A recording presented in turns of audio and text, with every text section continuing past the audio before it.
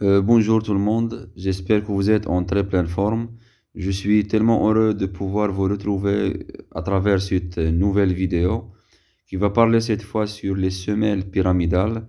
Et pour traiter ces dernières, nous allons nous baser sur leur comparaison avec les types de semelles isolées qui sont normales. Et nous allons bien sûr voir les inconvénients et les avantages que posent les semelles pyramidales et quelques conseils techniques à leur égard. Donc essayez de regarder toute la vidéo et abonnez-vous sur la chaîne si vous ne l'êtes pas.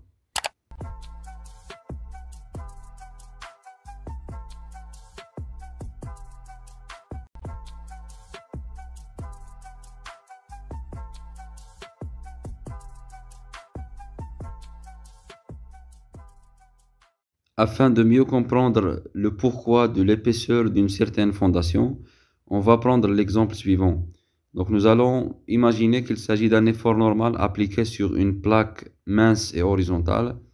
En fait, la plupart d'entre vous vont imaginer que la charge il sera répartie uniformément sur le sol d'assise, alors que lorsqu'il s'agit d'un matériau de faible épaisseur, en général, l'effort il est réparti de manière non uniforme, c'est-à-dire au niveau du centre ou bien au niveau de la zone où il y a la concentration de la charge, la répartition il sera plus accentuée, alors que au niveau des zones ou bien au niveau des extrémités, le report de la contrainte il ne sera pas assez important.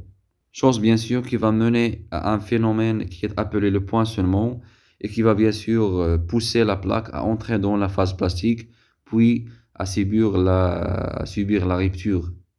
D'où il est nécessaire de travailler avec une grande épaisseur qui va garantir l'empêchement du phénomène de poinçonnement et bien sûr en même temps il va garantir la bonne répartition de la charge, c'est-à-dire on va avoir une répartition qui est uniforme.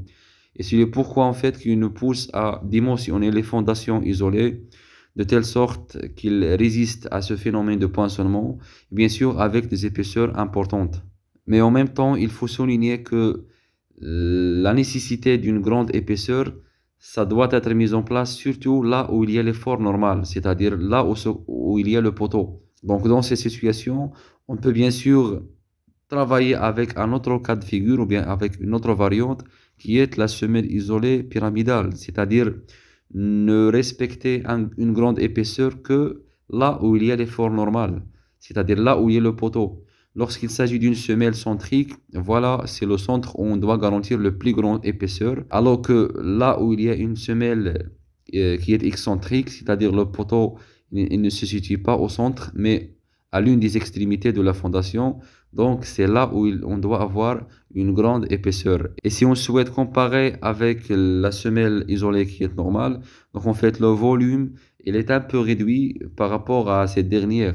Donc, parce qu'on retranche quelques volumes au niveau des extrémités, on ajoute une certaine partie au niveau de là où il y a l'effort normal, tout simplement.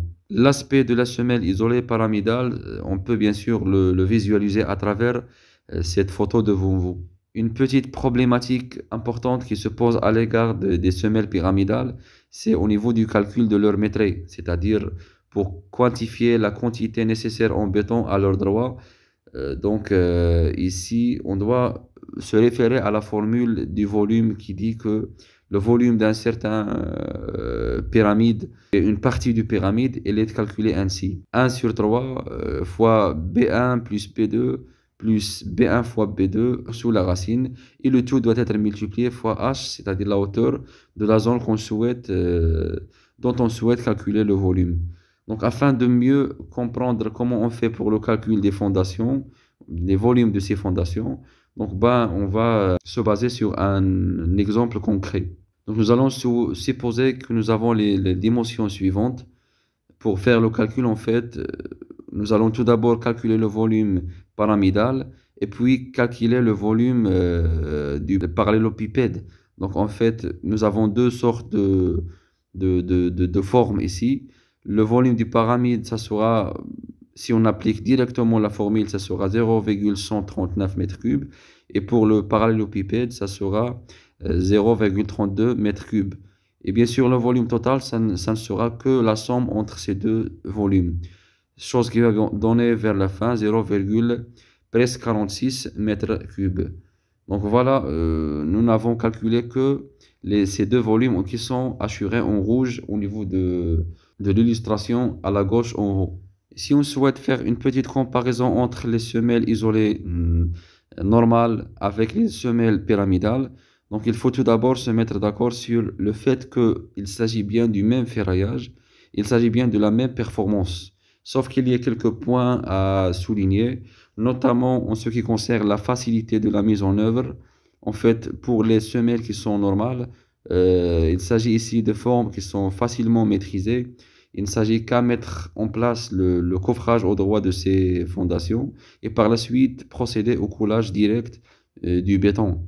Sinon, en ce qui concerne la consommation en béton, il faut souligner qu'il y a quand même une petite quantité de plus au niveau des semelles normales. Alors que pour les semelles pyramidales, ici on va parler d'une difficulté de mise en œuvre et de respect des dimensionnements. Pourquoi? Parce qu'il s'agit d'une forme qui est un peu complexe, surtout dans la partie supérieure. Et on ne doit pas couler le béton qui est très fluide. Donc ici, on va couler la première partie ou bien la partie inférieure et la partie supérieure sera coulée moyennant un béton ferme qui va nous faciliter le fait de respecter cette forme. Mais aussi, il faut bien sûr, les ouvriers ou bien les maçons, ils doivent être hautement qualifiés de telle sorte qu'ils vont garantir ce dimensionnement pour l'ensemble des fondations afin qu'il n'y aurait pas de différence entre le système fondatif. Mais en ce qui concerne les avantages, donc on peut parler ici quand même d'une petite ou bien d'une légère différence en termes de quantité de béton par rapport aux semelles qui sont normales. J'espère que j'ai bien détaillé la thématique. Sinon, si vous avez des questions complémentaires, vous pouvez les mettre sur commentaire. Donc voilà, c'est la fin de la vidéo. Merci à vous, à une prochaine fois.